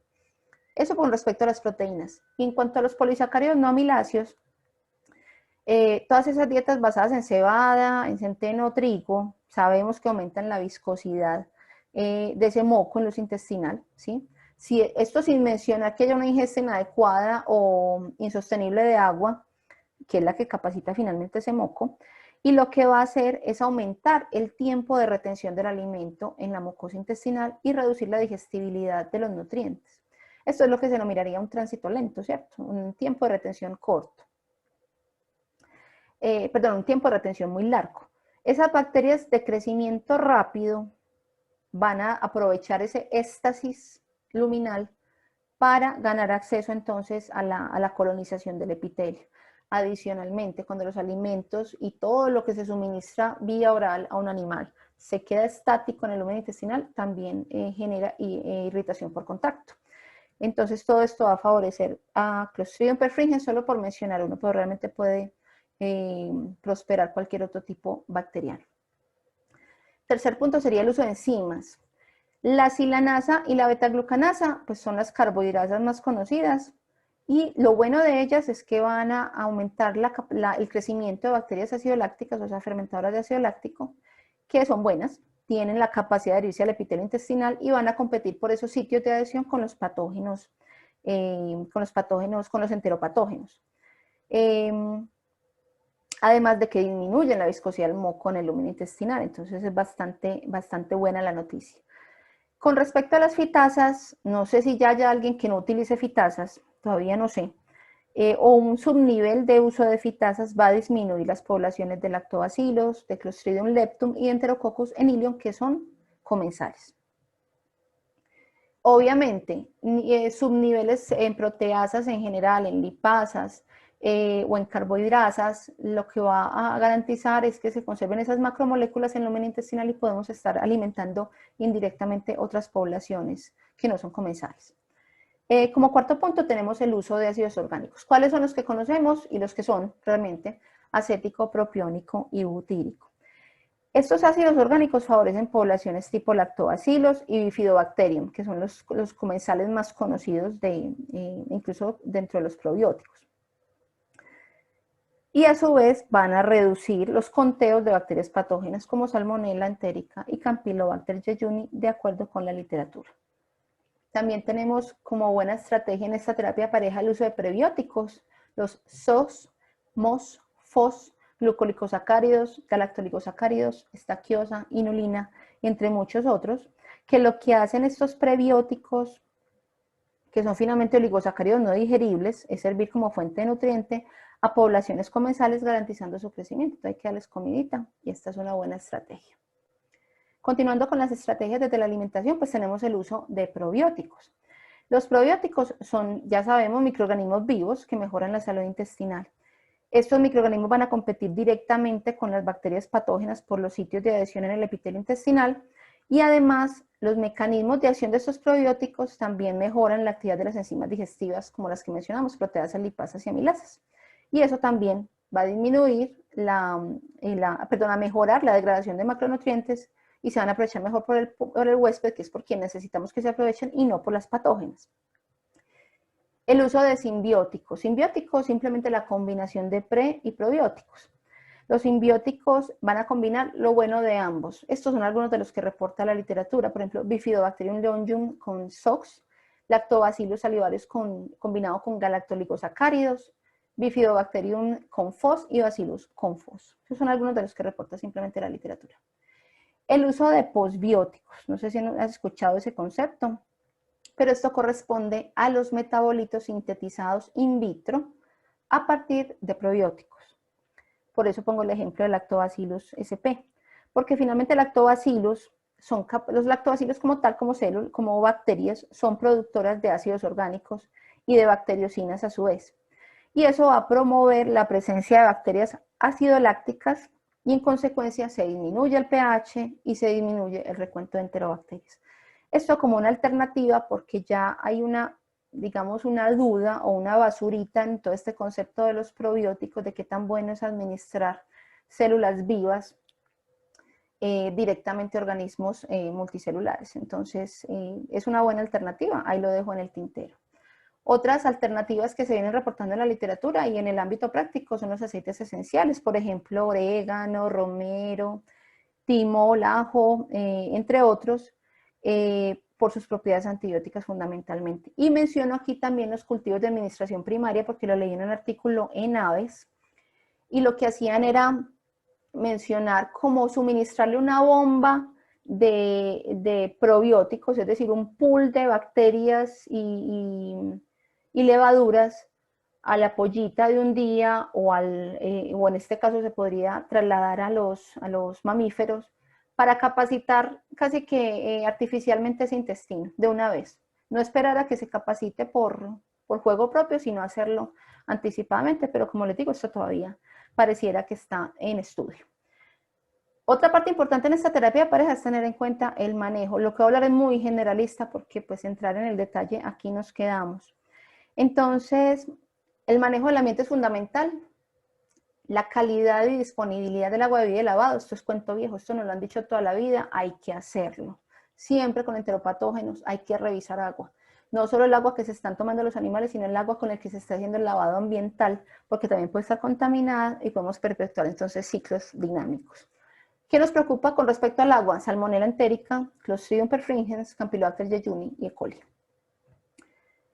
Tenemos que hacer una consideración estratégica, y estratégica digo que no es simplemente poner vacunas porque sí, o aplicar bacteriófagos porque sí, sino que debe ser estratégico, debe ser fundamentado en las dinámicas de infección que estamos viendo en nuestros sistemas productivos, porque como les comenté, Salmonella presenta 2.500 serovariedades, ¿cuál es la que está circulando en mi ambiente y contra la cual debo vacunar? ¿Y qué tan eficiente es ese bacteriófago diseñado para el control de esa bacteria en particular? Porque recuerden que los bacteriófagos son propios de cada bacteria, son totalmente fieles a la bacteria. En cuanto al control de factores ambientales, también cuento de mucho tiempo las densidades de alojamiento, ventilación, temperatura y humedad ambiental, conformación etaria de grupos, todo lo que genere situaciones de estrés. El estrés es un proceso bien complicado, es sistémico y no crean que porque el sistema nervioso entérico es independiente no sufre por el estrés en otros sistemas o el estrés general del animal, porque sí lo hace y pueden tenerse consecuencias a nivel del sistema gastrointestinal. Y ustedes saben que en respuesta a las catecolaminas se genera una inmunosupresión, entonces estamos abriendo la puerta para cualquier agente oportunista Bueno, entonces simplemente tengan en cuenta estos factores estresantes en general, porque factores estresantes hay muchos, como para ponerlos aquí entre un paréntesis. Simplemente son ejemplos. Y por último, el manejo del neonato y manejo del huevo en las aves, ¿cierto? Sería como otro espectro que toca estar estableciendo. Es muy llamativo que en huevo, por ejemplo, se reporta que tras 15 días de incubación ya hay una capacitación linfocítica en intestino, precisamente por las deprivaciones de estructuras linfoides que se ven en aves en estadios tempranos de la vida. Ya el organismo se va preparando. Es bien bonito, bien llamativo esto. Bueno, de todos modos, también con el asunto del neonato está la toma de la leche en mamíferos, la toma efectiva a partir de una hembra inmunizada y obviamente el control de esos primeros contactos con el medio. Ese primer contacto con el medio define muchísimo de lo que va a pasar con ese intestino, por eso es tan importante la capacitación. Yo creo que me quedo corta con todas esas estrategias que les propongo dentro de la terapia de pareja. Si se les ocurre otra medida, me cuentan, por favor. Y bueno, ya para concluir entonces este primer encuentro, lo primero, lo que se pretendía con esta presentación y con esta charla era dar sentido a esa comunicación cruzada que se establece entre las poblaciones bacterianas del intestino y la mucosa del huésped. Las células epiteliales acá emergen como centinelas, eso es lo que hemos dicho, y son capaces de discriminar efectivamente entre amigos y enemigos, comensales o patógenos. Además de ello, pueden traducir este proceso de reconocimiento en señales al sistema inmune innato de mucosa. Y eso va a inclinar obviamente la balanza hacia lo que hemos hablado tanto, que es la tolerancia en presencia de comensales y a una inflamación dirigida nada más a asesinar a los patógenos.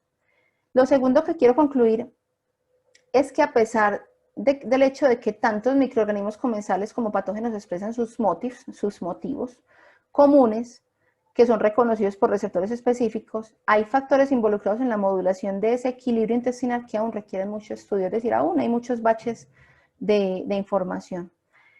Otro punto importante es que no todas las áreas del intestino reaccionan igual, ni tienen la capacidad igualitaria de respuesta a microorganismos. Por ejemplo, la cripta intestinal, que la dejamos de lado en este momento o en este espacio, debe permanecer inmaculada, libre de gérmenes, porque finalmente es un santuario de células madre. Si se dañan las criptas, no hay intestino, no hay animal, no hay persona, porque finalmente de allí es que se derivan las células de reemplazo para el intestino.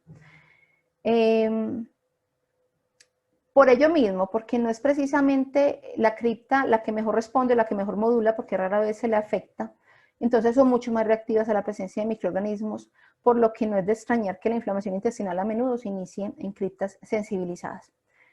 Y por último, y vuelvo a mencionarles, hay bastantes vacíos investigativos, sobre todo en animales, en humanos todavía se encuentra pues mucha literatura disponible. Casi siempre los avances que se están viendo en ciencias animales se refieren a efectos de dietas en la composición de perfiles de microbiota, obviamente los indicadores productivos que se derivan de estas evaluaciones. También hay investigaciones con respecto a los cambios a través de las edades, como lo vieron acá en cerdos, en el control de patógenos, pero aún queda mucho por definir. Y eso si tomamos en cuenta que mi microbiota es como mi cédula, es propia, totalmente propia, y es consecuencia de muchos años de adaptación y de comensalismo.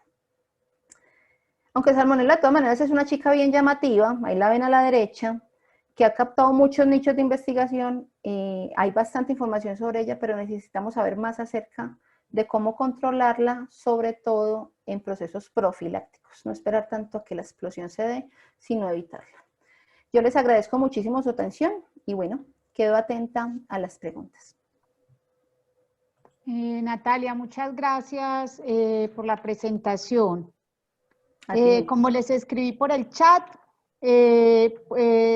cualquier pregunta que tenga para hacer la podemos ir haciendo por este medio o por mi WhatsApp, como también les sugerí. En este momento tengo algunas preguntas, Natalia, para ir respondiendo. Por supuesto. La primera que me hacen, siempre que hay fase de infección intestinal por salmonela, ¿se presenta una fase sistémica o qué define que esto se presente? Bueno, eso es bien llamativo porque podemos tener todos los escenarios con salmonela. Podemos tener cuadros totalmente asintomáticos y cuadros con septicémicos, ¿cierto? Hay una fase intestinal de salmonela que fue la que les presenté en las diapositivas anteriores. Ella atraviesa el epitelio intestinal, la captan los macrófagos de la submucosa y de allí puede iniciar una infección sistémica, una enfermedad sistémica. Lo que hace el patógeno para diseminarse entonces es aprovecharse de ese sistema retículo endotelial, porque finalmente cuando ella está dentro del macrófago, pues se puede diseminar a todo el sistema inmune y a todos los nódulos linfáticos y con eso pues gana acceso a cualquier espacio corporal. En sujetos sanos, es decir, en sujetos que no tienen un componente disbiótico previo, pues salmonela podrá permanecer casi que encarcelada en el intestino sin poder ganar acceso a ningún otro espacio. Obviamente los neutrófilos en ese proceso inflamatorio de control van a migrar a la luz intestinal y se va a dar una inflamación. Esa inflamación puede conducir a diarrea.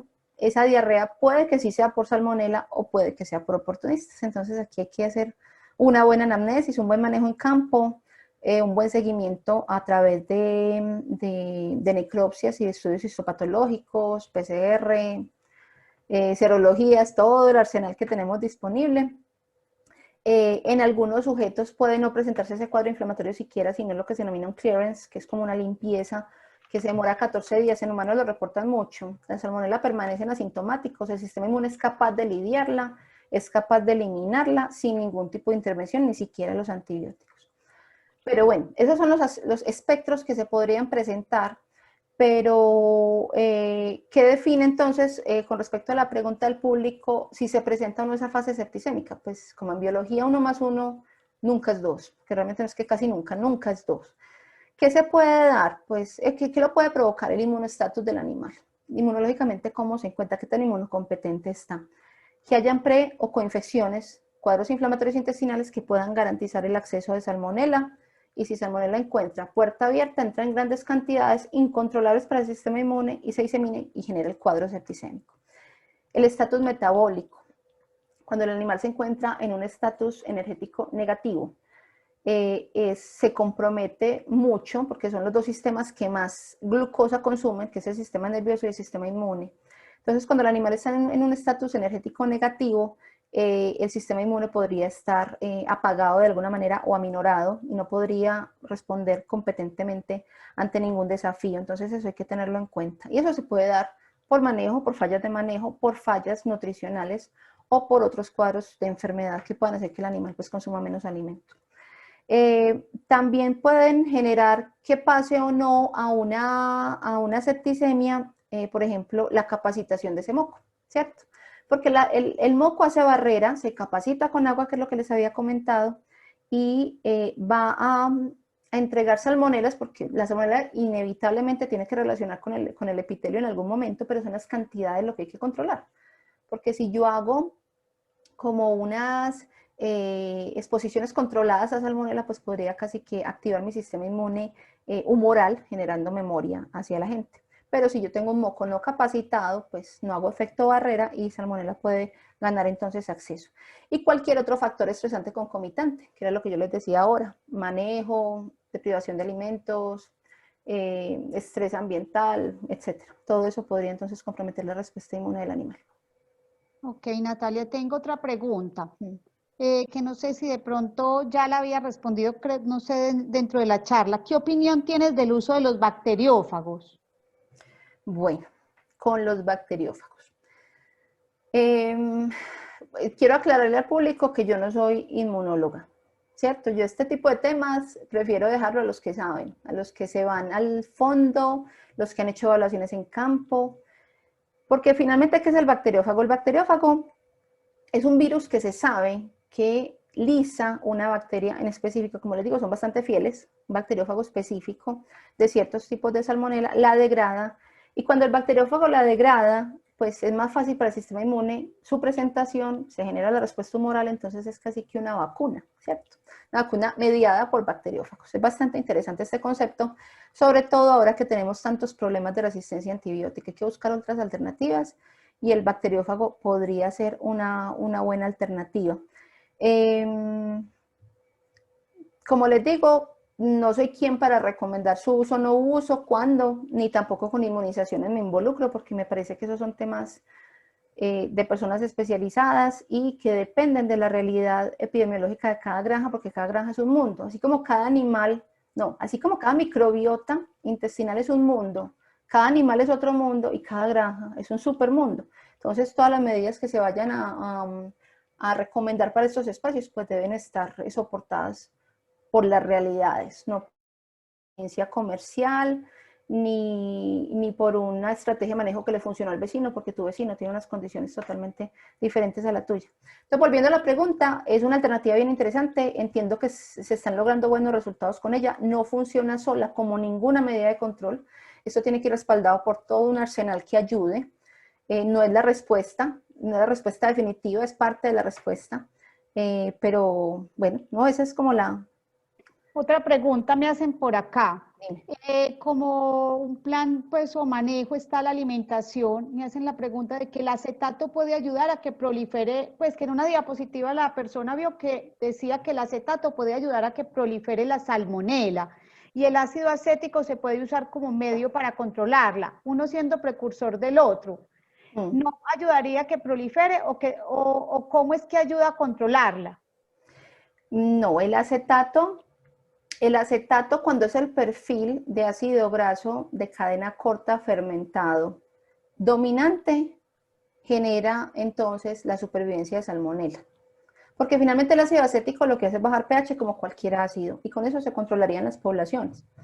Pero el perfil dominante de acetato lo que hace es garantizar la permanencia de salmonela. El mecanismo no lo sé, pero lo puedo buscar. Si quiere, la persona que hizo la pregunta me puede contactar por correo electrónico y buscamos la información de cuál sería el mecanismo. Ok, perfecto. Yo ya igual tomo nota para aclararle, pues para mandarle la información que tú dices. Otra pregunta Perfecto. que me hacen, ¿cómo es que los ácidos grasos de cadena corta ayudan en el control de enterobacterias no comensales? Ok. Bueno, y eso de alguna manera también aporta a la pregunta anterior. Entonces sabemos que esos tres ácidos grasos de cadena corta son acético, propiónico y butírico, ¿cierto? Esos son como los que conocemos. Son naturalmente producidos, y si son naturalmente producidos es porque funcionan en esta homeostasis, en este mantenimiento. Entonces son naturalmente producidos por en el ilio, en el ciego, en colon, en todos los espectros del intestino, y luego son absorbidos, pues son producidos por la flora comensal, y luego son absorbidos por el epitelio como fuente de energía, porque ellos lo pueden utilizar para crecer, es como factor de crecimiento para las vellosidades. Entonces digamos que ganamos dos cosas allí. Pero lo otro bonito de los ácidos grasos es que tienen la capacidad de atravesar estas membranas bilipídicas, como es la pared celular de las bacterias, y lograr acceso a su citoplasma alterando el pH. Con el solo hecho de alterar el pH ya hay una disrupción metabólica dentro de este tipo de células y hay muerte celular. Ojo, que no estoy diciendo que reemplazan antibióticos. Cuando se tienen casos agudos o sobreagudos por cualquier enteropatógeno, lo de primera mano es antibiótico, que es lo que nos va a lograr cubrir ya, obviamente usado en dosis terapéuticas por el tiempo prudente y con un buen seguimiento al manejo en general del animal, disminuir los estresantes o los estresores, dar buenas cantidades de agua, ojalá palatabilizar el agua para que haya una mayor ingesta, garantizar alimento de buena calidad, que el animal sí coma, para que pueda entonces pelear contra este agente. Porque muchas veces escucha uno que creen que ante una emergencia real por salmonela o por X enteropatógeno, se puede adicionar un ácido butírico, por ejemplo, protegido, semiprotegido, no protegido, como sea, y que va a funcionar para apagar la emergencia y no. La idea con estos ácidos grasos de cadena corta es utilizarlos como profilácticos, como preparatorios de esa microflora comensal para que pueda responder ante las agresiones. Porque es que no es que Salmonella llega y hace y deshace, no, es una guerra continua, como se los digo, de amores y odios, en los que el desenlace de la novela va a depender de cómo se relacionan. Y si tengo una microflora bien capacitada, una comensal bien capacitada y un sistema entérico bien conformado y fuerte, Salmonella ni ningún enteropatógeno va a lograr cruzar la barrera. Aquí precisamente Natalia hacen como un comentario muy interesante, que es que la forma sistémica de la salmonela del cerdo depende del tipo de salmonela que lo afecte, que la Claro que sí. salmonela cholera suis tiene presentación pulmonar y sistémica, mientras que las salmonelas entéricas, como lo dice Natalia, actúan Ujú. solo a nivel sistemático si hay inmunosupresión. Exactamente. Es que son 2.500 serovariedades y Eh, son 6 sí. subespecies. Entonces hay una variedad de respuestas importante dependiendo de la especie. Total, aquí dicen, pues aunque como tú me lo habías explicado al principio, pues tu foco no es nutrición, claro está, pero dicen que con las herramientas que tú planteas de manejo, como es el tema de alimentación y con cuadros sintomáticos como con cuadros asintomáticos que lo mencionabas anteriormente, con eso, ¿cómo podría ser una de las herramientas de alimentación, llámese enzimas, llámese prebióticos, probióticos, simbióticos? Ujú. ¿Cómo recomendarías o qué sugerirías para tener como un mayor control, sobre todo con este tema de cuadros asintomáticos que no, pues no son detectables fácilmente? Sí. Pues digamos que no hay un lineamiento puntual. Es una combinación de estrategias, a veces desde los nutricionistas que formulan para ambientes diversos, generalizar es peligroso. Uh -huh. Y debería en un mundo ideal, como dice la canción, darse una formulación específica de granja, precisamente por esas particularidades, pero eso es muy complicado de hacer, ¿cierto? Entonces, en la medida de lo posible, capacitar la microbiota comensal, eso lo puedes hacer con el uso de ácidos grasos de cadena corta, con la entrega. A eso tienes que aunarle también el hecho de que sea protegido, semiprotegido, no protegido y con qué lo está para ver en qué segmento del intestino es que se está entregando. Eso es importante. También puedes utilizar probióticos, es decir, administrar las bacterias tal cual. Como les digo, y yo sigo, ¿cómo se dice? Desconfiada del asunto, pero es un asunto muy mío, pues muy personal, porque es entregar bacterias sin saber qué hay allá. Porque yo simplemente le echo un montón de bacterias un menjurje, pero yo no sé si van a entrar en conflicto o no con la microbiota, que ya sí es comensal. Entonces, bueno, administrar según las indicaciones que tenemos del mercado, que se derivan de investigación seria, las cantidades adecuadas de probióticos, darle las herramientas a partir de los prebióticos y tratar de que el alimento que estoy entregando sea convenientemente degradado para no alimentar al que no es. Tengo que alimentar es al hospedador, ¿cierto? Entonces, tratar de que los aditivos tipo enzimas efectivamente estén disolviendo o porcionando estos sustratos grandes y sean entregados al sistema metabólico como debe ser. Okay. Son varias Me, cosas, no es una sola. La respuesta no es una sola. me preguntan que si tienes alguna información del kefir como probiótico. No, Dios mío. Yo con marcas comerciales poquito. ¿De qué está compuesto? Kefir es, no sé, buena pregunta, es algo como la kombucha, pero no sé, no, ahí sí, no sé si de pronto la persona quiere como ampliar un poco Sí, más, no sí. por nombre comercial, sino qué tipo de No, componente. eso es algo que se está usando ahora, pero sí, yo en este caso tampoco sabría profundizar. Perfecto. Me hablan también aquí, eso pues lo consultamos entonces y lo voy a poner Uh-huh. acá para también como consulta el tema. Sí. Me hacen otra pregunta que es como que ahondar como más en ese tema de los posbióticos. Es un tema interesante que si hay estudios realizados. Sí, sí, hay literatura. Y la que mostré del lactobacillus es bien interesante. Y precisamente en ese artículo es que también se habla de lo que les estoy comentando de qué tan conveniente es administrar organismos vivos. Que de qué forma, de que puede ser que estemos perfilando no convenientemente las poblaciones bacterianas en el intestino. Entonces, que lo mejor es a partir de lo que ya sabemos que ellas producen en vivo, cultivarlas in vitro, extraer lo que producen y administrar más bien eso en lugar de darlas vivas. Eso es bien interesante. Esa persona también podemos tomarle la información y yo le comparto el documento científico, la publicación. Ok, no sé si alguien tiene alguna otra pregunta. Ok, no. Bueno, muchas gracias a todos por acompañarnos el día de hoy. Pues esperamos que para todos la información que suministramos haya sido de su interés y esperamos poder verlos pronto. De verdad, Muchas muchas gracias a todos. gracias y Natalia, muchas gracias por tu presentación. Gracias a ustedes por el espacio. Bueno, gracias. Hasta luego a todos. Hasta luego.